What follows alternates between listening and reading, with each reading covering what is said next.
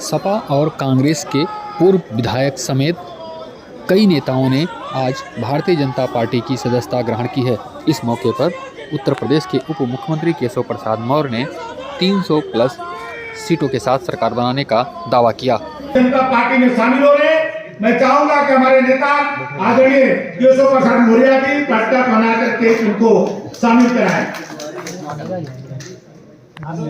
श्रीमती रश्मि आर्या जी ये पूर्व विधायक है मौलानीपुर झांसी की, ये समाजवादी पार्टी में थी, आज भारतीय जनता पार्टी में शामिल हो रही है। मैं पार्टी की तरफ से इनका स्वागत और अभिनंदन करता हूं और माननीय उप मुख्यमंत्री जी से चाहूंगा कि पट्टा पहना करके इनको भारतीय जनता पार्टी में शामिल करें। श्री ब्रजमोहन सिंह कुशवाहा जी ये एडवोकेट है, ये पूर्व में दर्जा प्राप्त मंत्री रहे, ये बहुजन समाज पार्टी में थे, ये जोनल कोऑर्डिनेटर थे झांसी चित्रकूट मंडल के और पूर्व प्रत्याशी रहे ये बेबेरू बांदा विधानसभा के। इनको भी मैं भारतीय जनता पार्टी में स्वागत अभिनंदन करता हूं और माननीय उप मुख्यमंत्री जी से चाहूंगा कि इनको पट्टा बना करके शामिल करें। ये पूर्व प्रदेश अध्यक्ष है जनवादी पार्टी और ये आजमगढ़ के रहने वाले हैं और भारतीय जनता पार्टी में शामिल हो रहे हैं। मैं इनको पार्टी के तरफ से स्वागत और अभिनंदन करता हूं। डॉक्टर सुरभि जी ये पूर्व प्रत्याशी है समाजवादी पार्टी से कायमगंज की, बहुत कम अंतर से पिछली बार चुनाव हारी थी, आज समाजवादी पार्टी छोड़ करके भारतीय जनता पार्टी में शामिल हो रही है। मैं माननीय उप मुख्यमंत्री जी से चाहूंगा कि इनको पार्टी में पट्टा बना करके शामिल करें, इनका स्वागत और अभिनंदन है।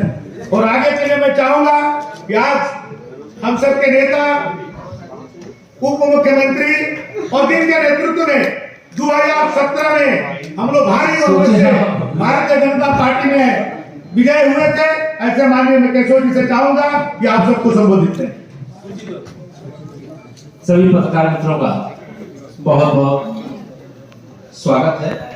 आज भारतीय जनता पार्टी परिवार में हमारे श्रीमान दलजीत सिंह जी पूर्व विधायक, रश्मि आर्या जी, ब्रजमोहन कुशवाहा जी, डॉक्टर सुरभि जी और हमारे जनवादी पार्टी के पूर्व प्रदेश अध्यक्ष सत्येंद्र चौहान जी, ये सब शामिल हुए हैं। मैं इन सबका भारतीय जनता पार्टी परिवार में हार्दिक स्वागत करता हूं और मैं पूरे विश्वास से कह सकता हूं कि 2022 में भारतीय जनता पार्टी 300 से अधिक कमल खिला करके फिर से उत्तर प्रदेश में जो सुशासन और विकास का पर्याय बन चुकी भारतीय जनता पार्टी की सरकार बनाने का काम करेगी। मैं आज यहाँ पर यह भी कहना चाहूंगा कि समाजवादी पार्टी जो गुब्बारे में हवा एक तरह से भर जाती है, वो हवा निकलने वाली है और यह कहने में मुझे कोई संकोच नहीं, पूरे विश्वास से कह सकता हूं ये नई सपा नहीं है, ये वही सपा है जो 2014 में थी, जो 2017 में थी, 2019 में थी, उससे भी खराब स्थिति में समाजवादी पार्टी 2022 में रही। आज में श्री अखिलेश यादव जी जो पूर्व मुख्यमंत्री हैं, जो किसानों के जन्मजात दुश्मन हैं, उनके कुछ बयान पढ़ रहा था। उन्होंने प्रेस के माध्यम से कहा कि वो किसानों के बड़े हितैषी, अगर वो हितैषी होते तो उनके शासनकाल में किसानों के हित में कोई काम तो हुआ होता। उनकी सरकार के समय में गन्ना का भुगतान तक नहीं होता था, मेरे किसानों की फसल सूख जाती थी, बिजली नहीं आती थी, मेरे किसानों की फसल किसी आपदा में बर्बाद हो जाए तो 2-2 साल तक मुआवजा भी नहीं मिलता था। और वह किस मुंह से किसान की बात करते हैं। भारतीय जनता पार्टी की सरकार बनने के बाद हम लोगों ने पहली कैबिनेट की बैठक में उत्तर प्रदेश के 86 लाख किसानों का 36,000 करोड़ रुपए का कर्ज माफ करने का काम किया। हमारी सरकार के समय में एक भी किसान को कहीं पर भी किसी प्रकार की समस्या ना हो, इसका ध्यान रखते हुए मेरे माननीय प्रधानमंत्री श्री नरेंद्र मोदी जी के नेतृत्व वाली सरकार के माध्यम से उत्तर प्रदेश के 2,55,00,000 किसानों को एक वर्ष में 2-2 हजार रुपए की 3 किस्त के माध्यम से लगातार 6-6 हजार रुपए देने का काम किया जा रहा है और पूरे देश के अंदर अभी तक किसानों के खाते में 1,60,000 करोड़ रुपया भेजा जा चुका है। ये सपा बसपा कांग्रेस एक ही थैली के चट्टे बैठते हैं। इनकी नीति है कि जो भी योजना बने उस योजना का 15% तो जिनके लिए योजना बनती उन तक जाए, बाकी 85% या बेईमान या भ्रष्ट दलाल खा जाए। भारतीय जनता पार्टी ने इस पर लगाम लगाने का काम किया है।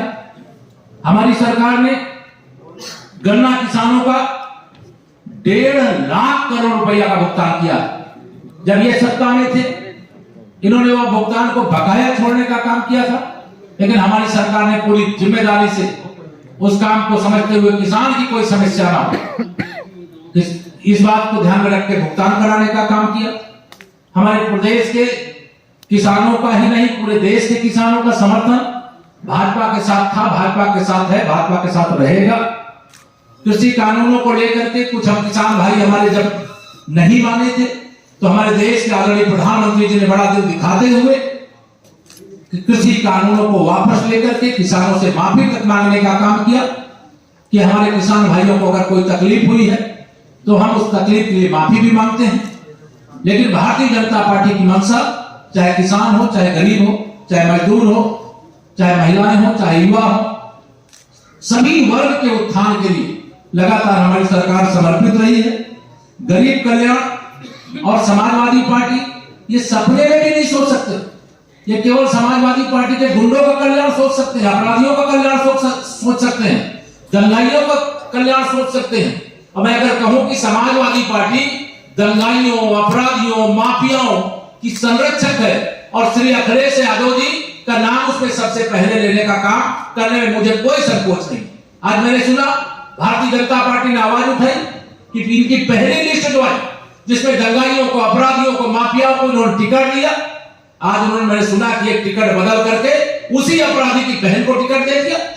कोई अपराधी हो या अपराधी का परिवार हो, ये समाजवादी पार्टी अपराधियों का संरक्षण करने वाली पार्टी, और इस समाजवादी पार्टी को 2022 के चुनाव में जनता बहुत करारा सबक सिखाने का काम करेगी, ऐसा मैं विश्वास रखते हुए 2022 में 300 से अधिक कमल फिर खिलेंगे। प्रचंड बहुमत की भारतीय जनता पार्टी की सरकार